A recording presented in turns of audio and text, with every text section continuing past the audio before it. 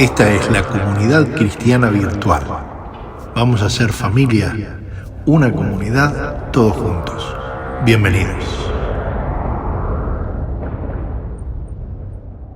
Qué lindo poder compartir la palabra con ustedes en esta mañana.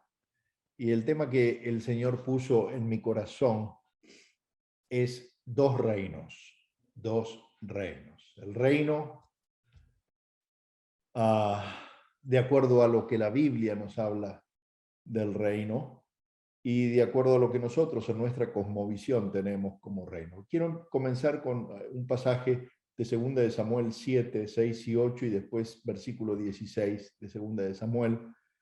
Y el profeta Natán confesando y dice: dile a mi siervo David que así dice el Señor Todopoderoso. Yo te saqué del redil para que, en vez de cuidar ovejas, gobernaras a mi pueblo Israel. Yo he estado contigo por donde quiera que has ido, y por ti he aniquilado a todos tus enemigos. Y ahora voy a hacerte tan famoso como los más grandes de la tierra.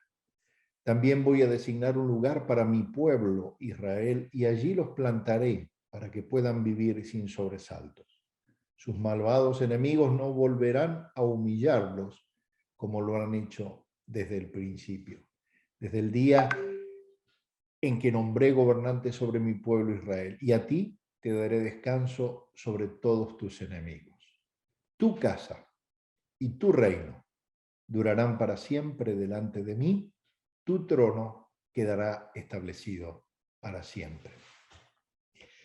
Y quisiera ver cómo traemos desde la Biblia este concepto a nuestra vida hoy.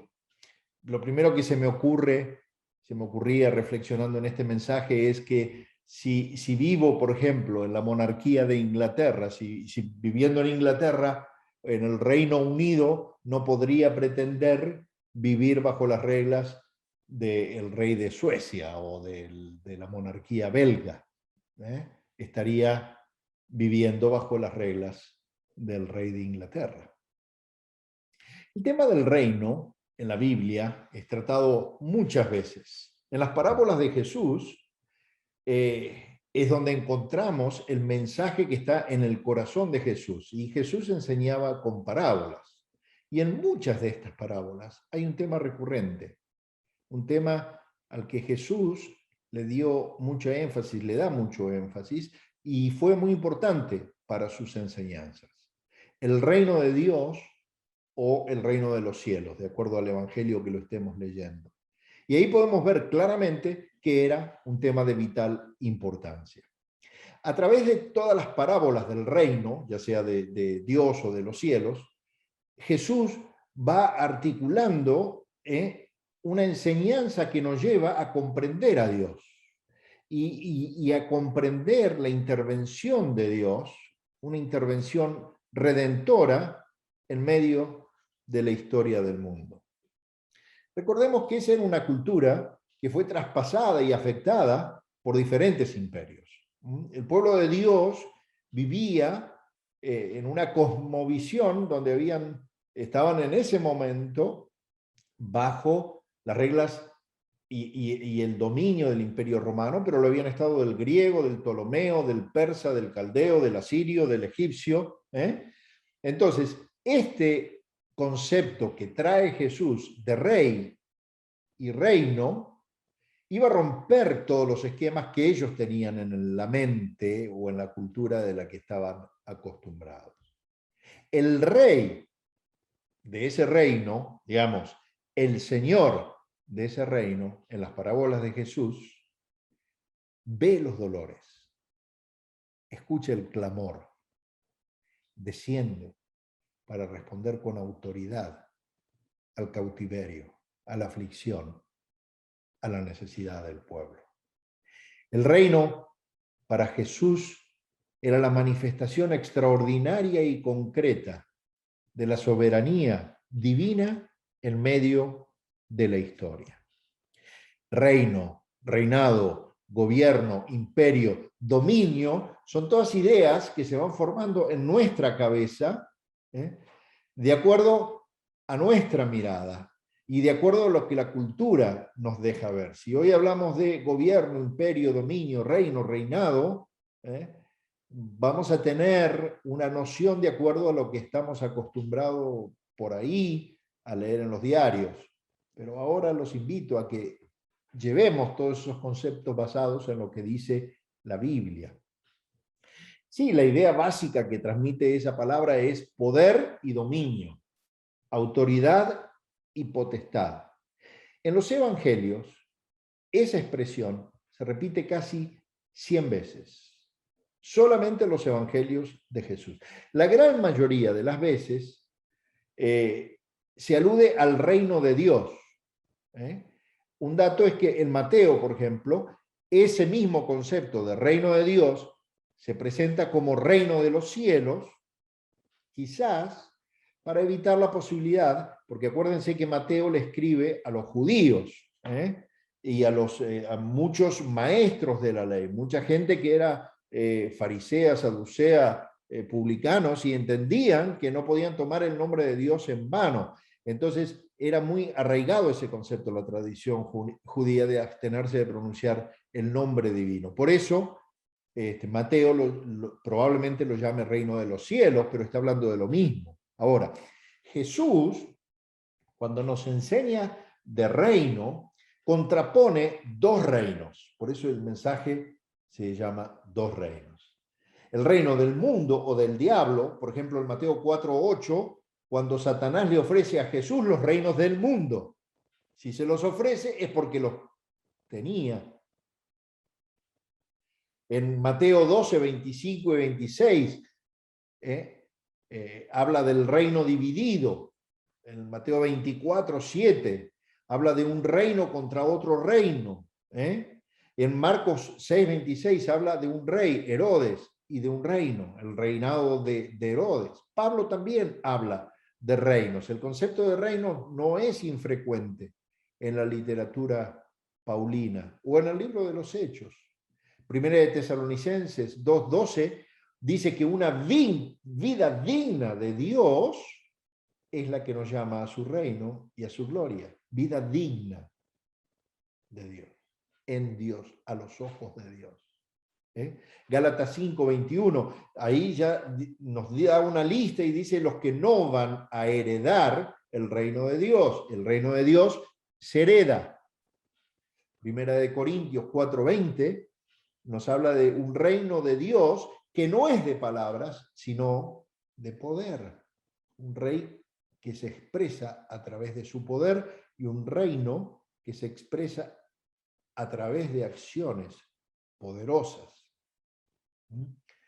En 1 Corintios 15:24 nos dice que ese reino va a volver al Padre.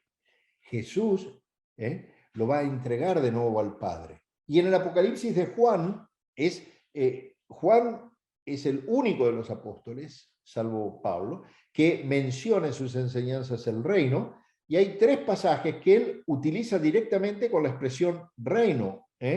En Apocalipsis 1:9 dice que es él, Juan, desde la isla de Patmos, donde escribe, es compañero en el reino y en la perseverancia, compañero en el reino y en la perseverancia. Es compañero nuestro en el reino y en la perseverancia. Y en Apocalipsis 11:15 vuelve al tema de Corintios, cuando el reino va a volver al Padre. Dice que el 7º ángel, en el toque de la trompeta, toca la trompeta y es cuando el reino del mundo pasa a manos de Jesús. Jesús toma la autoridad de ese reino que hasta ese momento nadie tenía, salvo el que reinaba en el mundo. En el libro de los Hechos no vemos la palabra reino como enseñanza, pero en las predicaciones del libro de los Hechos, la frase que predomina es la de heredar el reino de Dios. Hechos también nos dice que se usa en la predicación en varias ocasiones. Pero entonces, leyendo las narraciones en torno al reino, descubrimos lo primero, que la existencia y la manifestación del reino de Dios no depende de esfuerzos humanos, sino solo de la voluntad y de la iniciativa divina. Las personas no pueden crear, no pueden levantar, no pueden llevar adelante, construir o extender el reino.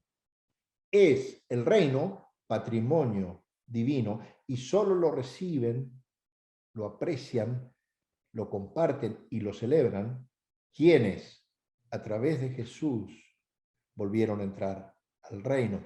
La manifestación real, histórica del reino depende siempre de la soberanía de Dios. Después vamos a tratar de resumir algo que por ahí para muchos de nosotros puede resultar complicado en algo muy breve al final de este mensaje. Es la soberanía de Dios lo que lo movió a intervenir de forma especial en medio de la naturaleza, en medio de la historia, en medio del pueblo. Y viene a tomar control, a establecer un reino que ya no tiene fronteras geográficas, ni diferencias de clases, ni escalafón social, ni de razas, ni de nivel económico. Esa es la dimensión profética, el sentido profundo del mensaje de Jesús, y fue posiblemente uno de los componentes más importantes que hicieron que tuviera tanto éxito ministerial y que desde entonces, desde que él lo predicó hasta ahora, haya sido, digamos, entre comillas, la empresa o el reino que más ha crecido, con 12 hombres que creyeron ese mensaje de Jesús. El reino tiene un rey y Dios es el rey. Eso es una gran afirmación teológica, pero que está arraigada en la Biblia. El Señor que se revela en la Biblia hebrea es el creador. Allí en Génesis, el Señor crea, el rey crea la tierra, crea la humanidad. Luego liberta al pueblo de Israel cuando estaba cautivo en Egipto.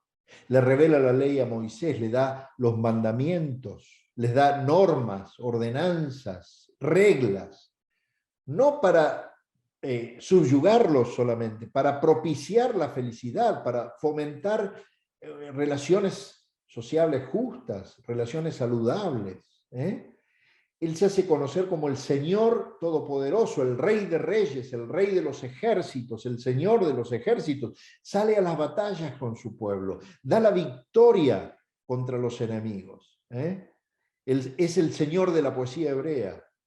En los Salmos se identifica como el Rey, Pastor, Roca, Altísimo, Omnipotente, el Dios que promete y cumple, que tiene la capacidad de prometer, pero que tiene el compromiso de cumplir con las promesas. Y a través de la historia,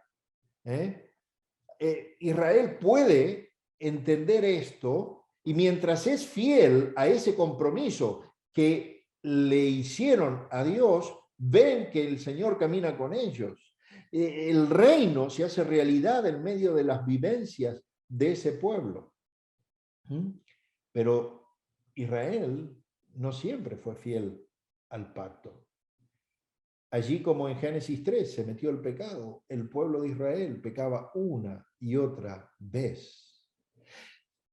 Dios es el Dios de la historia. El reino de Dios es un reino que está aquí, pero también que tiene un componente de futuro, que se va a revelar en los tiempos finales. De acuerdo a lo que Jesús enseña en sus palabras, hay una doble perspectiva de reino. Dios haciéndose presente hoy en mi vida, en tu situación, pero Dios también en las dimensiones del futuro, desde el pasado, desde el comienzo hacia el futuro, abarcando todo. Desde esa promesa que leímos al principio del profeta Natán al rey David, de que Dios iba a levantar un monarca en la casa de David, que iba a reinar para siempre sobre el pueblo de Israel. Pero hoy Israel somos nosotros y ese monarca. Si confesamos el nombre de Jesús como nuestro Señor y nuestro Salvador, Pablo lo dice en Romanos, que si confesamos con nuestra boca, creyendo en nuestro corazón, que Jesús es el Hijo de Dios, que se hizo hombre por mí, murió por mis pecados en la cruz y resucitó de entre los muertos, entonces seremos salvos.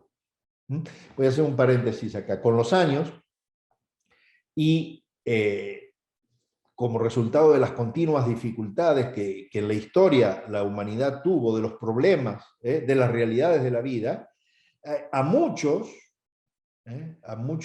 se les transformó el entendimiento, su entendimiento del reino de Dios, y hay algunos que lo predican como un reino absolutamente material.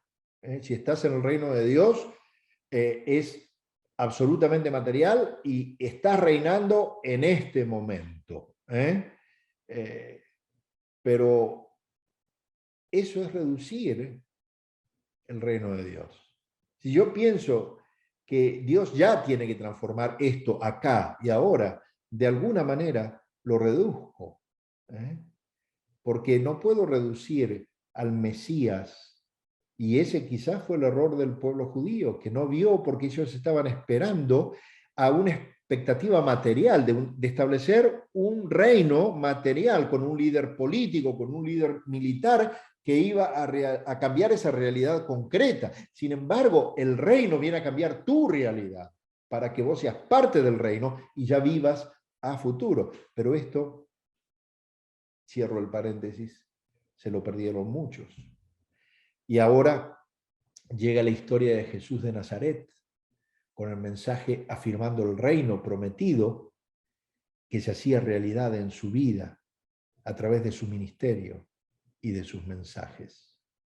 Y las enseñanzas, esas enseñanzas en torno al reino, para muchos de ellos tenían, las tomaban como que, bueno, ahora va a reconstruir la nación, tenía componentes, digamos, nacionales, políticos, materiales, prácticas, pero después se desilusionaron.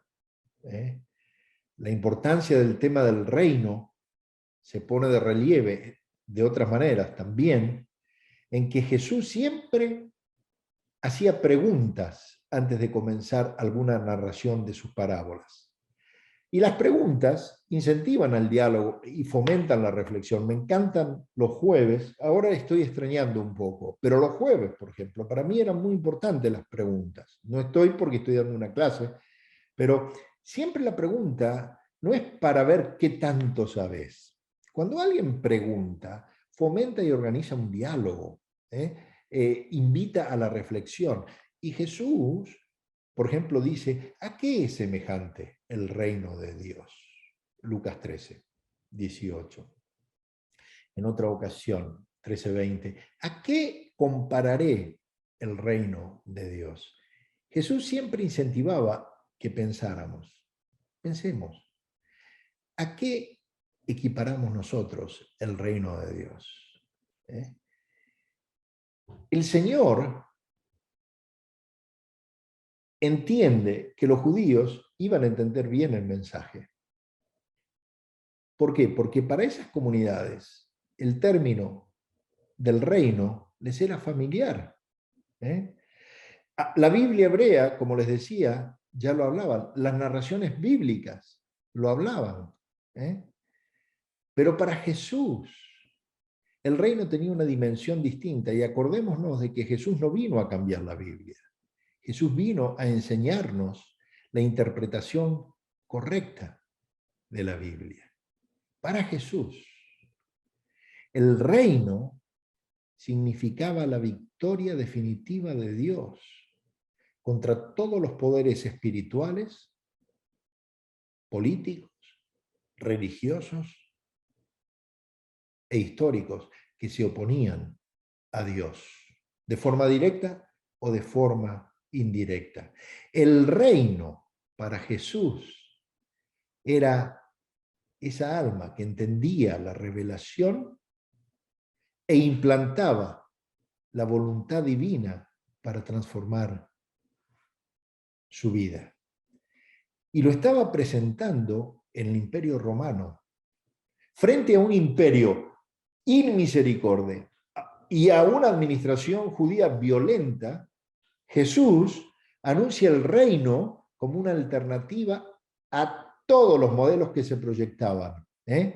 Ante esa injusticia humana, Jesús mismo, tomando las palabras del profeta, anuncia el año agradable del Señor, que representaba la buena noticia de salvación para los pobres, libertad para los presos, recuperación de la vista para los ciegos, liberación de los oprimidos, la llegada del año de la gracia divina y de la paz.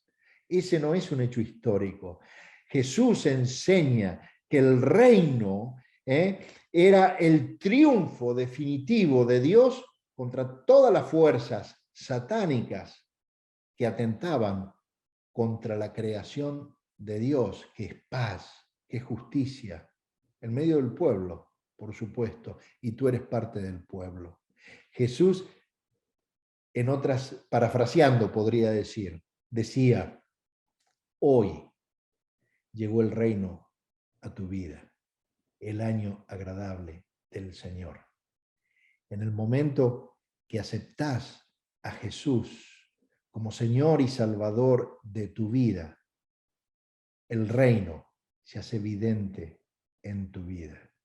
Dios se hace evidente en tu vida y ya tu vida empieza a vivir para Dios. ¿Por qué?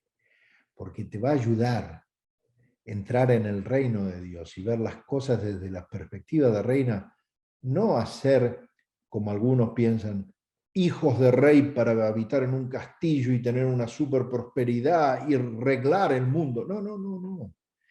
Vivir en el reino de Dios es tener la confianza plena de que hay un rey que es soberano sobre tu vida, que va a hacer desaparecer los temores y superar la ansiedad y olvidar los fracasos, y te va a dejar soñar, descubrir virtudes, vencer situaciones, revivir sueños. El reino de Dios ayuda a enfrentar la existencia en este tramo de la historia, en este tramo material de la vida, en este cronos nuestro. Nos va a ayudar a enfrentar la existencia con seguridad, con fortaleza, con valor, y hace que podamos vivir con dignidad, con misericordia y con integridad. Además de eso, el reino de Dios va a incentivar el perdón, va a incentivar la misericordia, va a incentivar la solidaridad, te va a hacer propicio para que ayudes a los caídos, para que vayas a apoyar a la gente menesterosa o consolar a hombres o mujeres que lloran. En fin, el reino de Dios es Dios en tu vida. El reino de Dios va a fomentar todo lo bueno de Dios en tu vida y va a poder hacer que cubras con el amor de Dios todas las fallas humanas y todos los prejuicios personales. Termino con esto. Antes de Génesis 3, el Creador en Trinidad caminaba diariamente con el hombre. Lo visitaba a diario en el reino material que había creado para él. Fíjate cómo te ama Dios, que hizo todo el mundo material para vos. No fue al revés. No fue que te hizo para cubrir un espacio que le había quedado vacío en la tierra.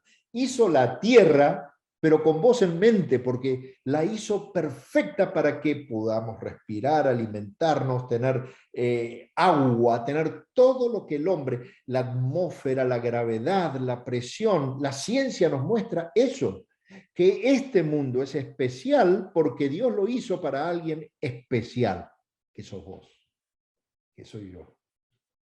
Pero ¿qué pasa en Génesis 3? Ese reino unificado que era un reino espiritual porque Dios caminaba allí, pero era un reino material porque vivíamos allí, se divide. Porque el hombre le entrega las llaves del reino material, de eso que Dios le había dado a él para cuidar, para dominar ese reino sobre el cual le dio dominio el hombre por el pecado, por la rebelión, le entrega las llaves a Satanás. Y alguien necesitaba recuperar esa llave. Y acá, en esta naturaleza humana, no había nadie hasta que llegó Jesús capaz de recuperar la llave, porque nadie tenía la autoridad de la dignidad de ser justo delante de los ojos de Dios, que es todo lo que se necesitaba para arrebatarle la llave a Satanás. Pero Jesús se encarnó en humanidad para hacerse como vos y como yo. Jesús, un hombre digno ante los ojos de Dios, era todo lo necesario para recuperar esa llave perdida. Y después, la historia termina en Apocalipsis, cuando Jesús entrega esas llaves que el hombre le dio a Satanás, se las entrega nuevamente al Padre y se las entrega para siempre. Y una vez más, el reino material y el reino espiritual vuelven a estar en armonía por virtud de Jesús. Un solo reino. No es solo de acá y no es solo de allá. Es un reino desde ahora y para siempre. Un reino por toda la eternidad, de acuerdo a la voluntad del Padre. Que el Señor te bendiga ricamente. Y yo no sé en qué situaciones están los hermanos que están acá, pero si hay alguien que tiene que decir, Señor, yo quiero caminar en ese reino. Todavía no recuperé la llave en virtud de Jesús. Solamente confesando con tu boca, creyendo en tu corazón, que Jesús es el Hijo de Dios, que murió por mis pecados en la cruz y resucitó de entre los muertos. No hay nada más que hacer, no tenés que anotarte a ningún grupo ni nada. Es decirle al Señor, yo creo en la obra de Jesús. Jesús, el Rey del reino. El Señor le bendiga ricamente.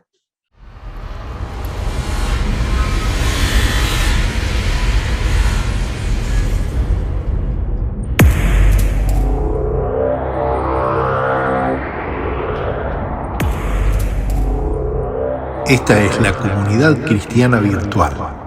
Vamos a ser familia, una comunidad, todos juntos. Bienvenidos.